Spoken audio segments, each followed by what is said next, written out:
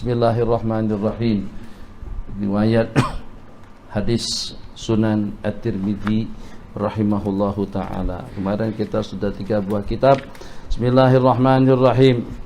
Hadis yang berikutnya Sunan Abi Daud. Ya. Lil Imam Abi Daud As-Sijistani Al-Mutawaffa sanata 275 permulaan daripada kitab Sunan Abi Daud. Dahulu sempat kita baca tapi tidak habis. Dibaca pada waktu digedar rasanya pada waktu itu yang habis. Dan juga dibaca di Mahat Az-Zain. Awaluhu babut takhalli inda qada'il hajati, bab yang menyatakan takhalli berzambonye. Jangan kencing tembok, di atas tembok, kencing pinggir jalan, buka pintu kereta tuh. Budaya yang itu tuh jangan dibawa ke Malaysia, jangan dibawa ke tanah air. Kencing atas tepi-tepi tembok. Penting terlindung dengan tembok. Tembok apa dulu? Kadang ada tembok masjid. Tengoklah. Astagfirullahaladzim. Dulu-dulu pada waktu kita berjalan di kawasan Boos, itu kena hati-hati betul. Kita kena cermat dan juga kena waspada, juga kena hati-hati berjalan di situ. Kencing merata sampai menyamping tembok. Tak ada tanda sekarang. Jangan sampai kucing lebih pandai daripada kita. Kucing saja korek-korek tanah terus dia baru berak di situ. Manusia kencing berdiri. Apa kabar? Sampai bersimak, sampai main handphone, sampai merokok. Yang kencing buka pintu taksi sering kita lihat. Alhamdulillah budaya itu tidak ada di tempat kita. Kalau ada, mungkin itu daripada lempiasan budaya di sini terbawa-bawa ke sana. Tak tahu ceritanya tidak butuh hadis di Maudhu. Tanya pada waktu Presiden Soeharto datang berkunjung ke Mesir. Pada waktu itu terasa heran betul. Ternampak juga di sana ada orang kencing di tembok. Jadi kata Soeharto, negara itu pun ada juga orang kecil di tembok. Begitu dia tanya sama mereka berdua, rupa-rupanya rakyat Mesir juga yang kecil. Hadisnya maudhu. Mana ada? Seperti cerita katanya ahli neraka dengan ahli surga nak buat pertemuan. Ahli surga nggak bakalan diperkenankan untuk masuk ke dalam neraka untuk berjumpa dengan adik-adik mereka dan juga dengan sanak saudara yang masuk ke dalam neraka. Dan ahli neraka tidak akan diperkenankan masuk ke dalam surga untuk berjumpa dengan teman-teman mereka yang ada di dalam surga. Jadi kata mereka, udah begini saja kita buat jembatan, bebas aturan. Di mana di kawasan jembatan situ ada suatu lokasi luas. Jadi ahli surga yang nak berjumpa dengan ahli neraka pergi ke situ. Ahli neraka yang nak berjumpa dengan ahli surga juga berjumpa di sana. Situ tidak ada aturan surgawi dengan nerakawi, bebas aturan. Oke, kalau gitu kita buat jembatan. Maka masing-masing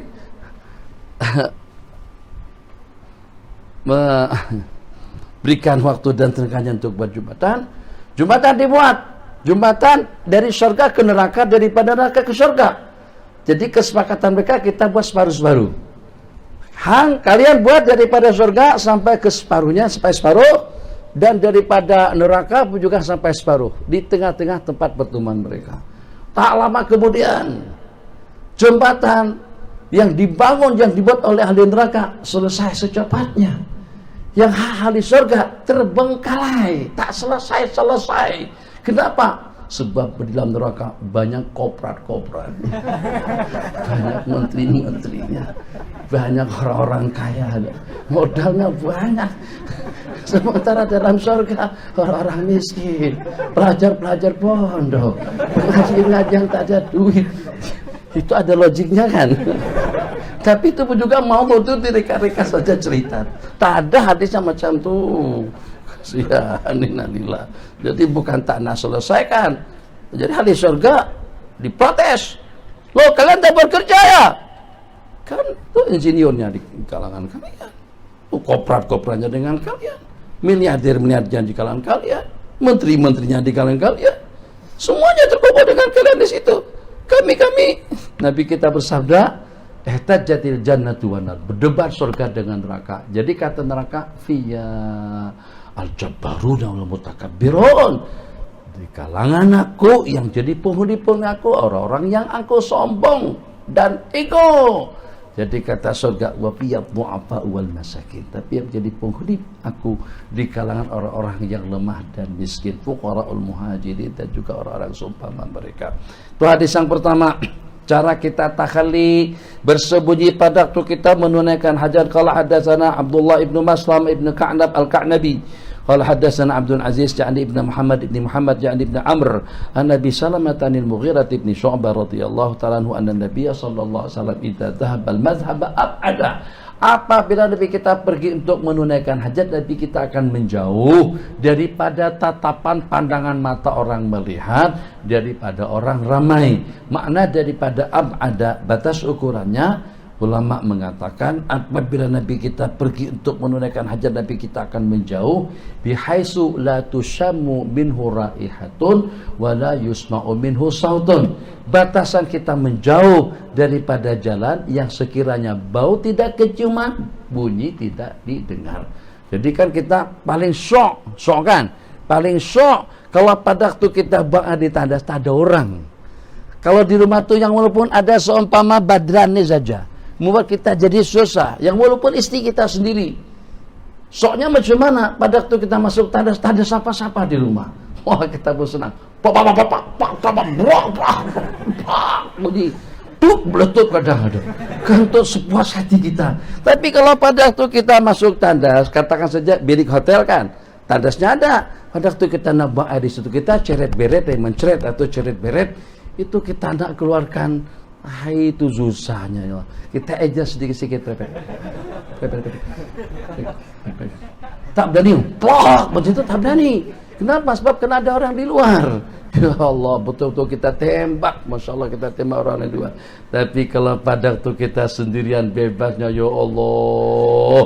Kalau pada waktu kita naik kereta, terus kita nak bergentut, takut kalau kentut kita ini berbau. Jadi kita keluarkan sedikit. Begini. Lepas itu kita cium-cium ada baunya. Kalau tak ada bau, kita tambah lagi sedikit. Wah. Yang paling pelik itu pertanyaan cerita lama. Tanya ada seorang sembahyang. Kalau sembahyang dia sentuh punggung dia. Kemudian dia cium, bau bosok. Lepas itu selesai sembahyang, Assalamualaikum, karena ke kiri, hatinya jadi risau dan bimbang. Dia pun tanya sama tuan guru. Assalamualaikum Pak Kiai. Salam. Maulana Syekh. Ya na'am. Semalam tuh pada waktu aku sembahyang, saya sentuh punggung saya usap jantung. Udah saya cium, tangan saya berbau bosok sangat. Itu kira-kira bagaimana hukum sembahyang yang saya laksanakan? Apakah sah sembahyang saya atau tidak? Saya minta maaf Tuan Guru, mazhab saya mazhab Maliki. Jadi kata Tuan Guru menjawab, ikut mazhab Maliki, mazhab Hanafi, mazhab Syafi'i, mazhab Hambali, dan semua mazhab itu menyatakan awak berak dalam sembahyang. Semua mazhab menyatakan kamu berak. Sentuh lembab-lembab bau busuk, itu apa lagi? Kamu tak perlu syak kalau sudah seperti itu. Kalau sentuh bau harum, bedah, tak ada masalah. Ini sentuh bau busuk, apa hukumnya? Tak perlu tanya tuh guru. Itu siapapun mazhabnya mesti mengatakan kamu terberak dalam sembahyang. Gaya lagi. Saya mazhab Maliki. Walaupun mazhab Maliki berbosok macam itu, tak ada mazhab. Bismillahirrahmanirrahim. Nah, berjauh, jangan tengah orang banyak. Akhir daripada kitab Sunan Abi Daud, babur firrajul yasubud darah, bab seseorang yang mencerca, mencaci maki masa. Masa jangan dicerca. Beda ya. Masa kita dahulu, zaman kita itu tak semacam sekarang. Teruk anak-anak sekarang. Udah nggak tahu sopan santun dengan orang tua pun juga macam seperti teman. Masa sekarang dah rusak. Bukan masa yang rusak, masyarakatnya. Jangan sekali-kali kita menyalahkan masa. Dahar tidak bersalah. Maka kira-kira matahari degil sampai hari ini tak pernah terbit. Entah matahari, entah nanti-nantilah nanti terbit pukul 11 nanti.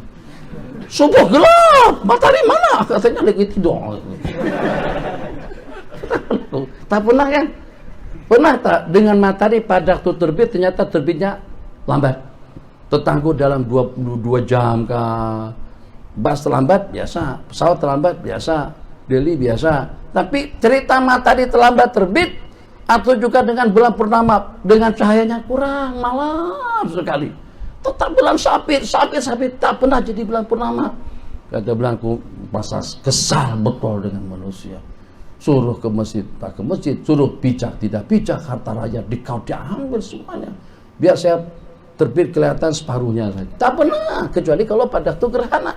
Jadi dengan matahari tetap dengan perjalanannya, bulan juga seperti itu. Wa kolon fi falaki yasbahun, masing-masing berenang berjalan sesuai dengan jadwal yang ditetapkan oleh Allah. Berarti udaranya tetap, dengan airnya tetap, cuacanya tetap, panas sejuknya pun juga tetap, matahari dan bulannya pun juga tetap. Planet-planet yang memberikan manfaat kepada kita itu ternyata masing-masing memainkan peranannya demi untuk maslahat dan juga demi untuk kebahagiaan kita. Tidak ada satupun yang berubah. Apakah kira-kira dengan malam sudah tidak ada lagi, sudah merajuk sebab ramai orang-orang yang pergi ke gelap malam, atau juga sebaliknya siang sudah tidak ada sebab karena di siang hari mereka bising melakukan bermacam-macam kemungkinan? Tidak, tetap saja masing-masing daripada waktu berjalan sesuai dengan aturan. Jadi kalau begitu, yang rusak itulah penghuni dan manusianya.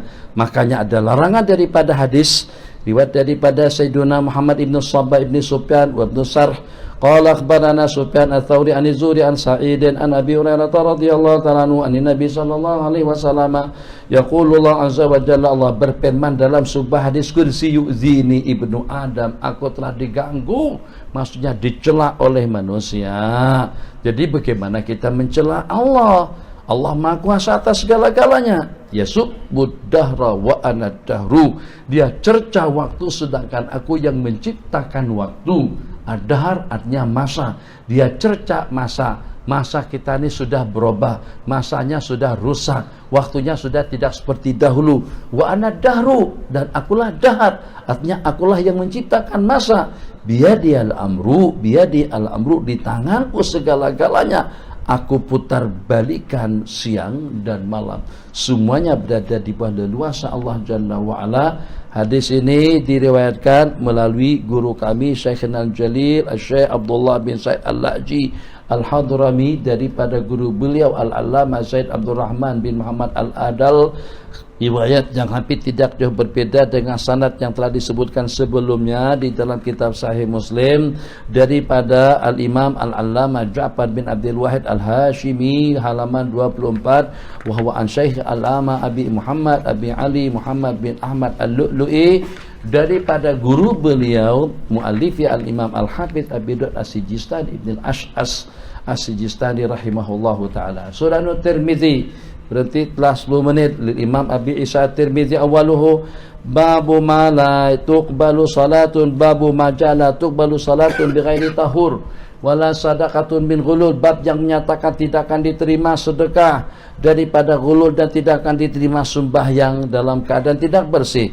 Qala hadatsana Qutaibah bin Sa'idin qala hadatsana Abu Awanah an Simak bin Habin hadatsana Hanadun qala hadatsana Waqi, guru Imam Syafi'i, an Israila an Simak an Mus'ab bin Sa'din an Ibnu Umar radhiyallahu ta'ala anhu maqal Anin Nabi sallallahu alaihi wasallam qala la tuqbalu salatun bighairi tahur, tidak diterima sembahyang dalam keadaan tidak bersih hatinya, tidak bersih pemikirannya, tidak bersih pakaiannya, tidak bersih anggotanya, tidak bersih tempat berdirinya. Wala sadaqatun bin ghulul, daripada haram kembalikan kepada pemiliknya. Jangan sampai uang rakyat dicuri atau dengan uang riswah, dengan uang perjudian kemudian disedekahkan. Menyedekahkan duit haram, dosa balasannya.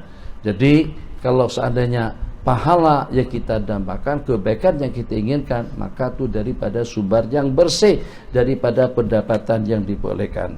Qala Hanadun illa bitahurin, Allah tidak akan menerima sembahyang kecuali dalam keadaan suci. Qala Abu Isa hadzal hadis asahhu syai'in fi hadzal bab. Akhiruhu, yang terakhir, fi Saqib wa Bani Hanifah, hadis yang terakhir dalam kitab Sunan Tirmizi. Qala haddatsana Harun bin Musa bin Abi Alqamah Al-Farawi Al-Madini qala haddatsani Abi an Hisham bin Sa'dan an Sa'id bin Abi Sa'idin an Abi Hurairah radhiyallahu ta'ala anhu qala anna Rasulullah sallallahu alaihi wasallam qala qad adhaballahu ankum, Allah telah melenyapkan dan telah menghilangkan daripada kalian, Allah telah menjauhkan, telah menghilangkan daripada kalian ubbiyatal al-jahiliyati, keangkuhan orang-orang atau budaya jahiliyah, wa fakhraha, dan kebanggaannya bil aba. Itu Allah sudah takkid, Allah tidak mengira atau Allah telah menghilangkannya. Sudah tidak menjadi ibrat dan juga sudah tidak jadi patokan. Allah telah menghilangkan daripada kalian ubbiyata, keengganan, keangkuhan jahiliyah, wa fakhraha, dan kesombongannya dengan orang tua. Jadi kadang-kadang dengan kita sifat seperti itu yang sudah dilenyapkan itu ternyata masih ada. Gimana kan? Kita dari mana dulu? Tidak tahu. Saya wan siapa bin siapa? Ada wannya, ada datunya, ada datinnya, ada tanserinya, ada lalunya, atau juga ada sebutannya seperti dengan engku. Ku itu kan daripada keturunan sultan, daripada keturunan raja-raja. Wan Kelantan, ada wan kan? Wan siapa, wan siapa. Kita tak ada permulaan yang seperti itu. Itu semuanya sudah dilenyapkan. Maksudnya sudah ada, tidak ada nilainya di sisi Allah Jalla wa'ala. Yang ada nilainya, inna akramakum indallahi atqakum. Bukan dengan nasab dan keturunan, bukan dengan kedatinan dan juga dengan kedatuannya, bukan dengan ketansarian dan juga dengan kekiaiannya, bukan juga dengan habib dan juga dengan kebabaannya. Mukminun taqi, satu yang mempunyai nilai di sisi Allah, seorang mukmin yang bertakwa. Sebaliknya seorang fajir yang celaka. Mukminun taqiyun wa fajirun syaqi, wa nasu banu adam wa adamu min turab. Semua manusia berasalkan daripada Nabiullah Adam dan Nabiullah berasalkan daripada tanah. Maka janganlah sekali-kali dengan kita merasa lebih daripada orang lain, dari asal muasal yang sama, dengan tugas yang sama, dengan kesudahan yang sama. Semuanya akan ditempatkan di dalam perut bumi, di dalam kuburnya masing-masing. Sanad hadis Sunan At-Tirmidzi dibaca juga sampai habis itu daripada Syekhuna Syekh Allama Ismail Usman Zain Al-Yamani Al-Makki, daripada guru beliau Sayyid Yahya bin Umar Maqbul Ahdal juga melalui riwayat Syekhuna Syekh Yasin Al-Badani rahimahullah, daripada beberapa guru beliau Al-Alama Badruddin Ad-Dimishqi, Al-Alama Syekh Yusuf bin Ismail An-Nabhani. Jadi saya terjumpa sanad dengan Syekh Yusuf An-Nabhani itu hanya dengan satu perantara saja. Fakir kepada Syekhuna Syekh Yasin Al-Badani, Syekh Yasin Al-Badani mendapatkan sanad bersambung langsung kepada Syekh Yusuf An-Nabhani, pengarang kitab Afdhalus Shalawat, pengarang kitab Sa'adatud Darain fi Sholati ala Sayyidil Kaunain. Jadi untuk pengijazahan salawat yang ada dalam kitab Sa'adatud Darain, kalau melalui Syekh Yasin secara langsung, dengan Syekh Ismail kepada Syekh Yasin juga dengan dua perantara. Qala, daripada guru beliau Burhanuddin As-Saqa, wa huwa Syekh Al-Alama Su'ailab bin Salim Al-Fishani, dengan sanad yang bersambung sampai kepada Syekh Usab Zakaria Al-Ansari, sampai kepada Al-Imam Nasruddin Nasr Abdul Aziz ibni Tumama At-Tiryaki, wa huwa an syekhihi Abdul Jabbar ibni Muhammad ibni Abdullah Al-Marwazi, wa huwa an syekhihi Muhammad bin Ahmad bin Mahbub Al-Mahbubi Al-Mahbuni, wa huwa an muallifihi wa jami' al-Imam Al-Hafiz Muhammad bin Isa bin Sara At-Tirmidzi rahimahullahu ta'ala, amin. Itu sanad kepada Sunan At-Tirmidzi. Sunan An-Nasai kita habiskan kutub sita lil Imam Ahmad bin Syuaib An-Nasai Al-Mutawaffa sanata salasimiatin wa salasin. Awaluhu ta'wil firman Allah yang berbunyi, idza qumtum ila sholati fagsilu wujuhakum wa aydiyakum ilal marafiq. Apabila kalian bangkit melaksanakan sembahyang, idza qumtum ay idza ha'aratumul qiyam. Kalau dengan bahasa Arabnya, makna daripada idza qumtum, apabila kamu selesai sembahyang, maka basuhlah muka-muka kalian, tangan sampai ke siku, sapu kepala, basuh kedua belah kaki. Jadi artinya kalau kamu setelah selesai sembahyang baru kita berwudu. Itu makna idza qumtum. Tapi yang dimaksudkan situ idza qumtum ay idza aradtumul qiyam. Apabila kalian nak melaksanakan sembahyang. Hadis riwayat daripada Sayyidina Abu Hurairah radhiyallahu ta'ala anhu qala Rasulullah sallallahu alaihi wasallam, idza sayqadha ahadukum min naumih, apabila salah seorang kamu bangkit, bangun daripada tidurnya, maka janganlah sekali-kali kita menyentuhkan tangan. Layak jangan sampai kita mencelup tangan kita ke dalam air. Fala yang bisa dopi wadu'i, wa bukan wa wadu air. hatta kecuali setelah kita mencucinya 3 kali. Fa inna ahadakum la yadri aina batat yaduh, sebab salah seorang kamu tidak tahu kemana tangannya pergi pada waktu dia tidur. Tangan kita pergi kemana? Badar, kalau kita lagi tidur, tangan kita pergi kemana? Pergi ke Keluang kah, Kalur Mengkudu kah, atau pergi ke Gunung Jerai kah, Pendang kah, Jitra kah? Takkan tangan kita pergi ke sana kemari, mesti dia dengan kita kan. Jadi sampai ada yang protes hadis ini, katanya memangnya kemana tangan saya pergi? Ini hadis tidak betul. Cemana Nabi kita bersabda seperti itu? Sebab dengan salah-seorang kamu di waktu tidurnya dia tidak tahu kemana tangan dia pergi. Ya tentu dengan saya lah, kemana tangan saya pergi. Subuh hari baru dia perasan separuh tangannya masuk ke dalam dubur. Nah, itu maksud hadis. Kamu tidak tahu di mana tangan kamu ada pergi. Odong-odong. Masih mendingan. Belakang. Lubangnya gata sangat dikorek. Pernah tengok tak? Orang garu hadapan. Sudahnya naik, garu lagi. Tangguh-angguh lah dia. Coba kalau pada waktu kita jaga, takkan mungkin dengan kita buat seperti itu. Tapi pada waktu kita lagi sedang tidur, ini lipatan kain, masukkan ke dalam.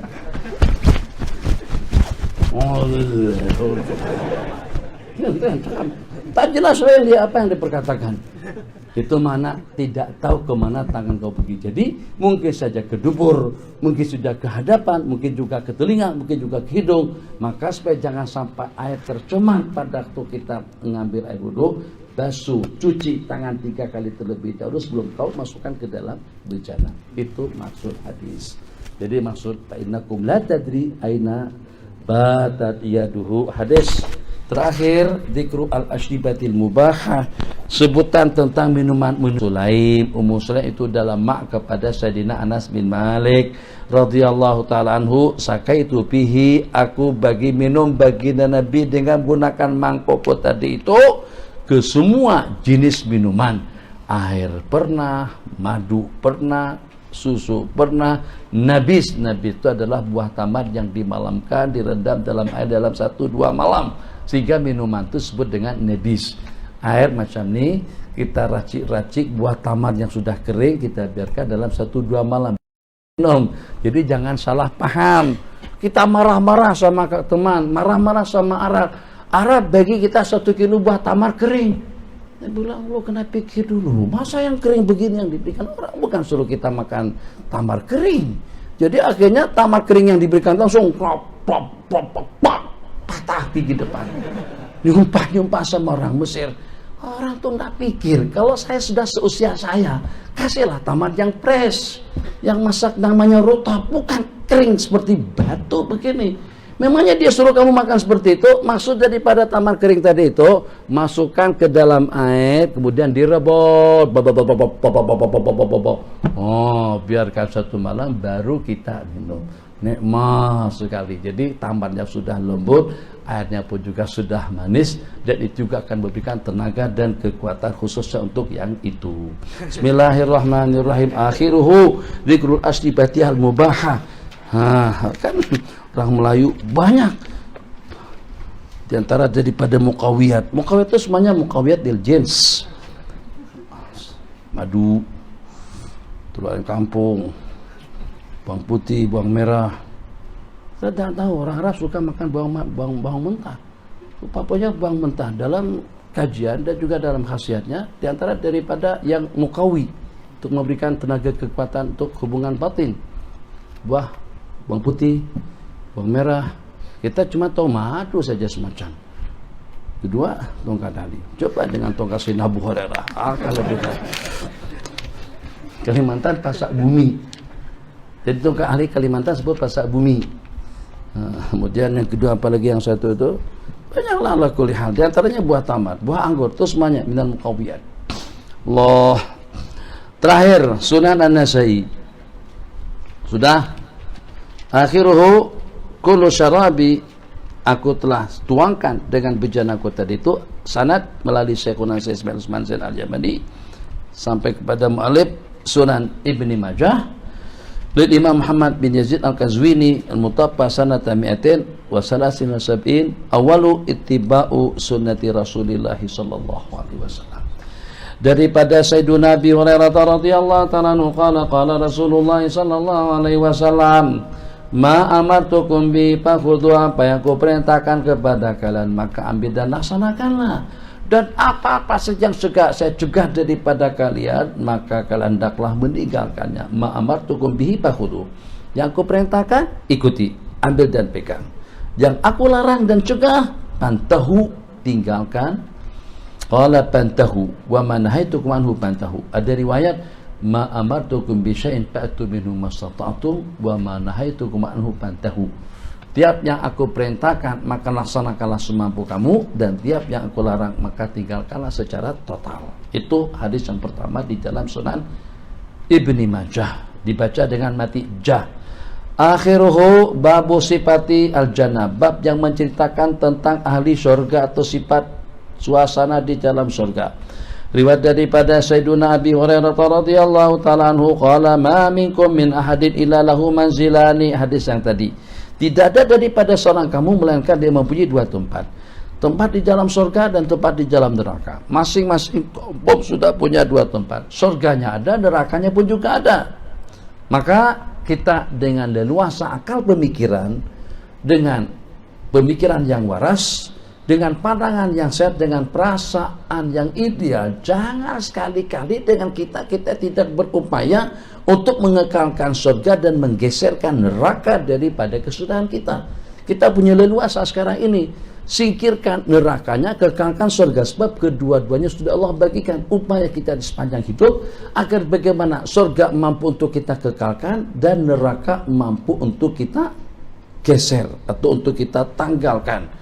Fa'idha mata, apabila dengan seseorang itu meninggal dunia terus dia masuk neraka, warisa ahlul jannati manzilahu, ahli surga akan mewarisi tempat kediamannya yang di dalam surga. Dan apabila dengan seorang kafir meninggal dunia, maka dengan tempat yang diberikan kepada seorang mukmin di dalam neraka akan diwarisinya.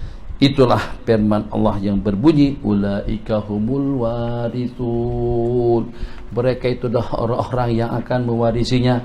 Maksudnya mewarisi surga daripada orang-orang kafir selain daripada surga yang Allah bagikan kepada mereka. Sunan Abi Daud pun juga Ibnu Majah juga melalui Syekhuna Syekh Ismail Usman Zain Al-Yamani.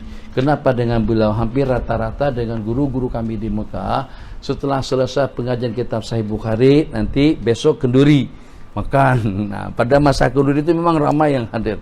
Satu untuk sanad, kedua untuk nasi mandi atau juga dengan nasi buah. Biasalah. Kalau program-program itu di masjid-masjid ada makanannya, ada nasi, insya Allah ramai yang hadir. Tapi kalau pada waktu kenduri hanya setakat makan mihon bihon saja, ya, adalah dalam beberapa orang. Jadi pada masa penamatan kitab dan pembukaan kitab baru itu ramai yang hadir. Jemputan pun juga di sana sini. Selepas penamatannya sambung kembali dengan kitab yang selanjutnya. Habis dengan Sahih Bukhari, bersambung dengan Sahih Muslim. Sampai habis, sambung dengan Sunan Abi Daud, sambung dengan kitab Sunan Tirmidzi, terus kepada Sunan Ibni Majah. Lepas habis Sunan Ibni Majah, patah balik kepada kitab Sahih Bukhari. Jadi kita tidak heran dahulu-dahulu dan mungkin juga sampai sekarang, kadang-kadang daripada kutubus sittah itu kita bertalaki bukannya dengan satu orang guru, kadang-kadang dalam beberapa orang guru. Kadang-kadang pada masa yang sama Sahih Bukhari dengan Syekh Ismail nanti lepas Isya, Sahih Muslim nanti dengan Syekh Abdullah Al-Haji di Masjidil Haram. Begitu gaya kami pada waktu itu. Pas sembahyang subuh ada pengajian di Masjidil Haram, lepas sembahyang zuhur ada beberapa tempat, lepas sembahyang maghrib itu pasti dan pasti masyaikh mengadakan pengajian lepas maghrib, lepas sembahyang isya kita datang ke rumah-rumah untuk mengikuti pengajian talaki dengan mereka. Letih memang, tapi nanti ada batasannya, ada waktunya. Selepas itu sudah tidak ada talaki lagi. Kalau kita nak bertalaki pun sudah tidak ada lagi orang yang meluangkan waktu untuk mentalakikan kita dengan kitab-kitab juga dengan sanad-sanad yang mereka miliki. Hadza wabillahi taufik wa sallallahu ala sayyidina Muhammad وعلى آله وصحبه وسلم. سبحانك اللهم وبحمدك أشهد أن لا إله إلا أنت نستغفرك ونتوب إليك. ربنا آتنا في الدنيا حسنة وفي الآخرة حسنة وقنا عذاب النار. فاعنا بما علمتنا وعلمنا ما ينفعنا زدنا. صلى الله على سيدنا محمد وعلى آله وصحبه أجمعين. آمين.